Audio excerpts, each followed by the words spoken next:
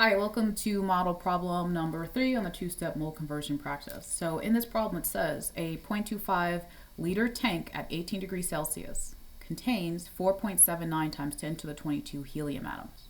What is the pressure in the tank? All right, I have quite a few numbers here, so I'm actually going to model or show you how to plan this one out. Things that I'm given, I'm going to just sort of write them down. I'm given volume, and I'm dealing with a gas here, so I know I'm going to be on this side of the mole map.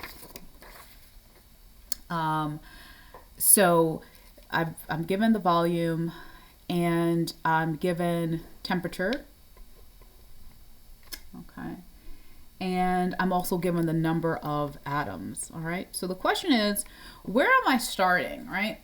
And I'm looking for pressure. Pressure is my question mark. Okay, so where am I starting? What am I trying to find? In a problem like this, where you're given a bunch of information, it's kind of hard to figure out where you're starting and what you're trying to find. What I would recommend you do is focus on the find. They're asking me, what is the pressure in the tank? Well, the only part of the mole map that deals with pressure is this PV equals nRT, or the gas stuff. So that must be where I'm trying, that's what I'm trying to find. So I'm ending over here. Well, what are the other information am I given? Volume and temperature, those are used here for the gas equation.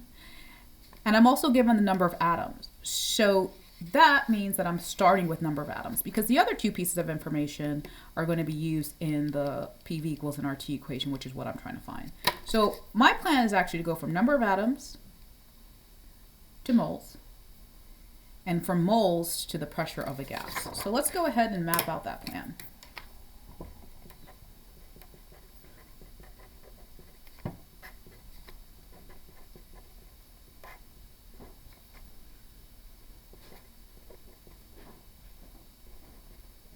Okay, cool. So now that I have my plan mapped out, I can go ahead and start I'll start by solving using the equation. So let's start with number of atoms. If I want to convert from number of atoms to moles, what I'm going to use is the 1 mole is equal to Avogadro's number, or 6.02 times 10 to the 23. So I'm going from number of atoms to moles, so I got to use this. Now this isn't an equation exactly. This is actually just a conversion factor, right? So you can solve this using ratios or proportions if you want. I'm going to solve this using dimensional analysis, just because that's something I want to reinforce once we get into that stoichiometry unit. So my setup looks like this. I have 1 mole. That's my conversion factor, equals 6.02 times 10 to the 23. I'm going to start by taking my given, which is 4.79 times 10 to the 22 helium atoms. So I'm given that amount. I'm putting my given over 1. Remember, we always do that just to make it into a fraction. Now what I want to do is take this and make it into my conversion factor fraction. So you know a fraction has a numerator and a denominator. What you need to decide in this conversion factor, what goes in the numerator, what goes in the denominator. And you use your units to guide you. So since I'm starting with my units in atoms, okay, I want to make sure that those cancel out. And the only way that they can cancel out is if in this conversion factor fraction, atoms is in the opposite position, which would be in the denominator. So looking at the conversion factor equation, which part has the unit of atoms? Oh, it's this part, 6.02 times 10 to the 23. So I know I'm going to put that in the denominator just so that those units cancel out. And then what's left is that 1 mole, so that 1 mole will go in the top in the numerator. So once I have my setup done so that my atoms cancel out and my moles stay, I'm now going to do my math.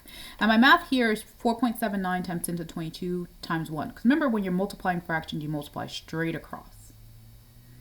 And the denominator, I'm going to have 1 times 6.02 times 10 to the 23, which is just 6.02 times 10 to the 23. Now what I need to do is plug this into my calculator. And I'm actually going to pause and show you how to plug it into the calculator, because one thing that's true is that when you're dealing with these scientific notation exponents things, they can be a bit tricky in terms of how to put it into a calculator. Now there are 2 ways of solving it. First, let's solve it using sort of just the calculator itself. So if you're using your calculator, you the best way to do it, if you have a scientific calculator, is to do open parentheses, 4.79 second e. Now that e takes care of the times 10 to the 22. So, sorry, times 10. And all I need to do is put the power after e. So the power of 10 is 22, so that goes here. Close parentheses. And then divide it by, now we do our denominator there, 6.02, and once again, second e to the 22. Sorry, 23. That's the power. All right, and when I plug that in, I'm going to get this value here. So one thing I recommend is to use parentheses. Now, I don't think you necessarily need to use parentheses if you have power of, if you use the e function, but I just do it just to be sure. So that gives me this value for my moles, okay? Now, well, what if you don't have a scientific calculator? What do you do in that case? Well, if you're doing this sort of with a calculator that doesn't have that function or power functions, what you're going to do is you're going to divide out the coefficients separately, so 4.79 divided by 6.02.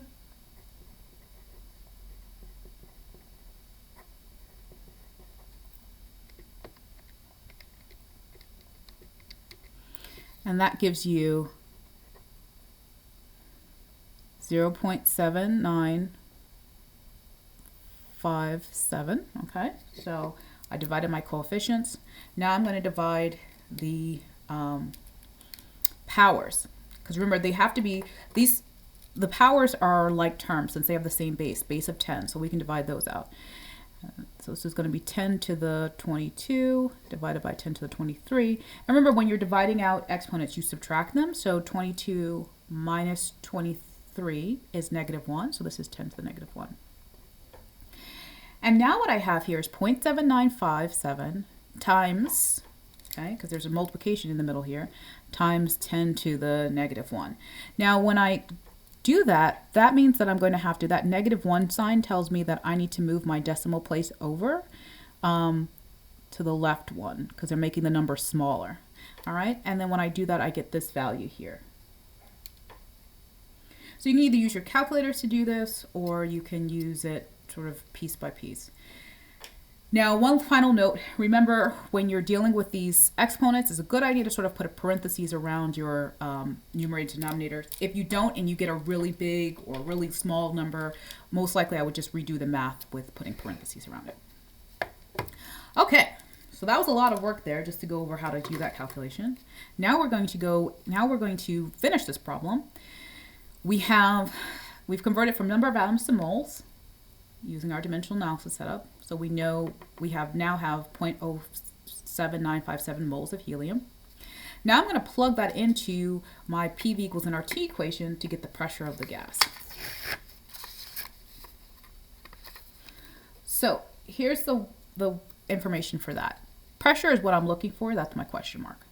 Volume, they tell me, is 0.25 liters. Remember, if you see liters, that's volume. Moles, now I have my moles, 0.0795, so I can go ahead and write that in here. I solved that from the previous problem. R is always a constant. It's 0.02821 liters per atmospheric K-mole, so just know that R is this value. Now for my temperature. I'm given my temperature in 18 degrees Celsius. I have to convert it to Kelvin, and I do that by just simply adding 273 to that. So 18 plus 273 gives me a temperature in Kelvin of 291. So now I have all my pieces. I can go ahead now and plug that into my equation. I plug it in. Let me zoom that in. So I have pressure times 0.25 is equal to all of this over here. I'm going to multiply that out. And I get pressure times 0.25 is equal to 1.901. I'm going to divide both sides by 0.25. And then that gives me a pressure of 7.6 atmosphere. Okay. So let's just take a step back and see all of the work that we did here to solve.